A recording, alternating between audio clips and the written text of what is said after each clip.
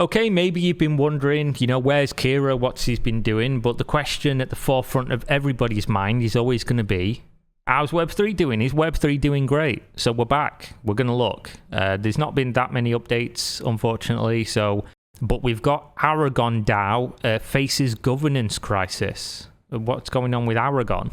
As the Aragon Association took steps to progressively decentralize their centralized project by assigning more control to Aragon DAO, they encountered some challenges. There's a lot of words in here. I assume everyone that's watching this series at this point is familiar with what a DAO is, Decentralized Autonomous Organization. Basically, we've all got a vote. How much is your vote worth? Usually, how many tokens have you got? Very democratic, of course. I've got more money than you, therefore I have more of a say. Fuck the poor people. Aragon, somewhat ironically, is a platform for creating and running DAOs that has been stewarded by the Aragon Association, a non-profit run by a small committee. Very, very ironic, yeah. We're for decentralization, says centralized body that controls decentralization. In June and October 2022, the Aragon DAO, that is, all holders of the ANT token, or later their delegates, voted on several proposals supporting a move to place the Aragon Treasury under DAO control. We want the money. Give me access to the moolah. The Treasury is a pool of crypto assets currently priced at around $174 million. Wow, I also want access. However, the tokens continue to remain under control of the Aragon Association. Imagine that. Decentralization. We vote that we get access to the money and you don't. They say, fuck your vote, this is a coup. Did the people revolt? Did they riot? No, because that wouldn't be very diamond hands of them, would it? On May 9th, 2023, the Aragon Association announced that they would not be following through with the Treasury change, and instead would be repurposing the Aragon DAO into a grants program. Imagine this. We are the governing body of decentralization as a centralized entity. You voted that you want the Treasury.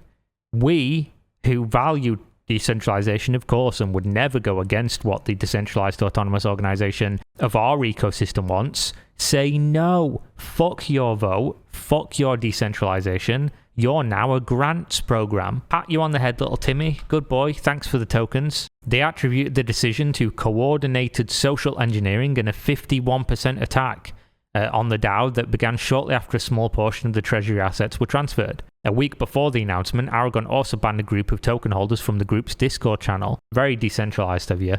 Again. Aragon characterized the group as appearing coordinated and alleged the group was engaging in harassment, aka they were doing things we don't like. Then who are we?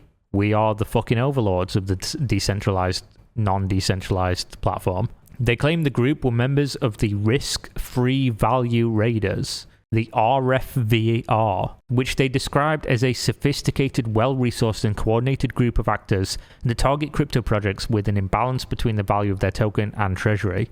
They also accused the group and its members of coordinating governance attacks on other DAOs, including Invictus DAO and Mango Markets. My favourites, of course, love a good Mango Market and Invictus DAO. Certified classics. Aragon wrote that they believed the RFV raiders were aiming to, quote, extract value from Aragon for financial profit rather than pursue the DAO's goals of supporting developers building DAO infrastructure.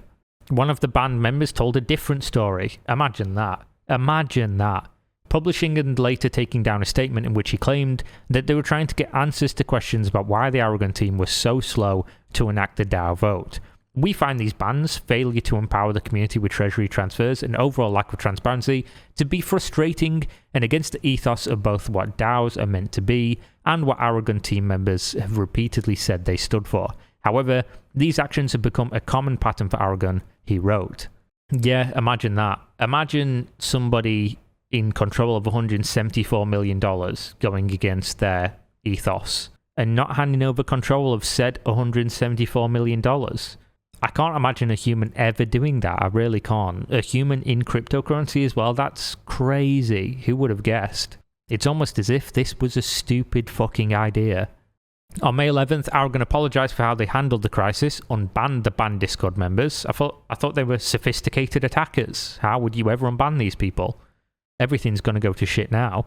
and then announced that they would, quote, keep following a gradual Treasury transfer approach, making sure it aligns with the mission of the project, but continued to characterize the members as attackers and reiterated that we won't stand for hostile and coordinated attacks. Probably shouldn't have unbanned them then if you really feel that way. But the idea that you're doing a gradual transfer, to me, sounds sketch as fuck. Here we go, another Binance one. Binance exits Canada. Oh no, what are the Maple Boys going to do? Binance announced they would be exiting Canada, proactively withdrawing ahead of stablecoin regulations and crypto investment limits. Man, Web3 does not appear to be going just great. As is becoming a trend in the industry, crypto exchanges and other platforms appear to be finding investor protection to be fundamentally incompatible with their business model. Imagine that. This is only the latest in a string of events involving regulatory pressure on Binance. In April, Binance cancelled the acquisition of the bankrupt Voyager platform by its Binance US arm, citing a, quote, hostile and uncertain regulatory climate in the US.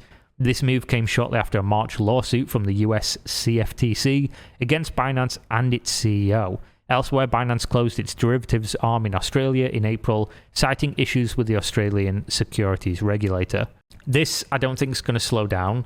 If you've been following this series, and if you follow Molly's work, if you follow this website at all, or just the crypto space in general, you've seen dozens, I think at this point, of exchanges that are either being sued in the US, ceasing operations in the US, ceasing the US arm of their company operation in the US, and in other countries. And this is just going to continue. I don't know where it ends, to be honest. I don't really know where this is going.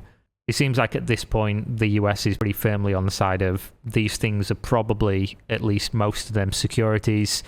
And if you're an exchange selling them, you need to have registered as such, and you haven't. In which case, we have years of you provably selling securities as an unregistered exchange in our country to our citizens. And therefore, we are going to absolutely eat your ass like a sacked lunch. So I don't know where this goes, where this ends, but it doesn't appear to be going too well for cryptocurrency.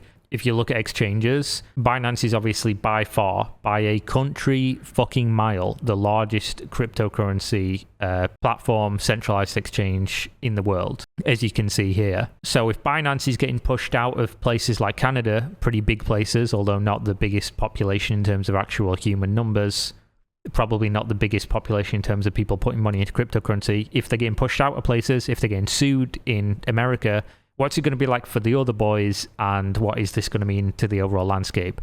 Who knows? Probably not great things.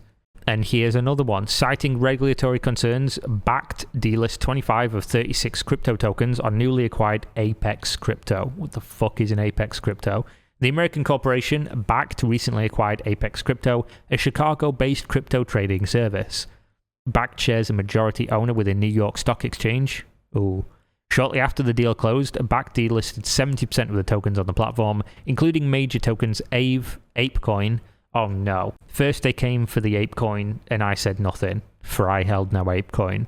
Then they came for the Dogecoin, and I said nothing, because I didn't own any Dogecoin.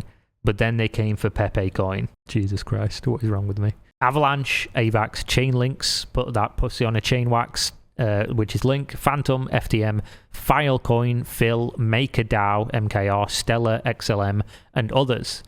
A spokesperson stated that the delisting was a reaction to the most up-to-date regulatory guidance and the latest industry developments. The decision is likely related to mounting industry pressure and statements from SEC Chair Gary Gensler that most crypto assets are securities. Who would have fucking guessed that that's the case? But yeah, hopefully that answers your question. If you were thinking, is Web3 going great?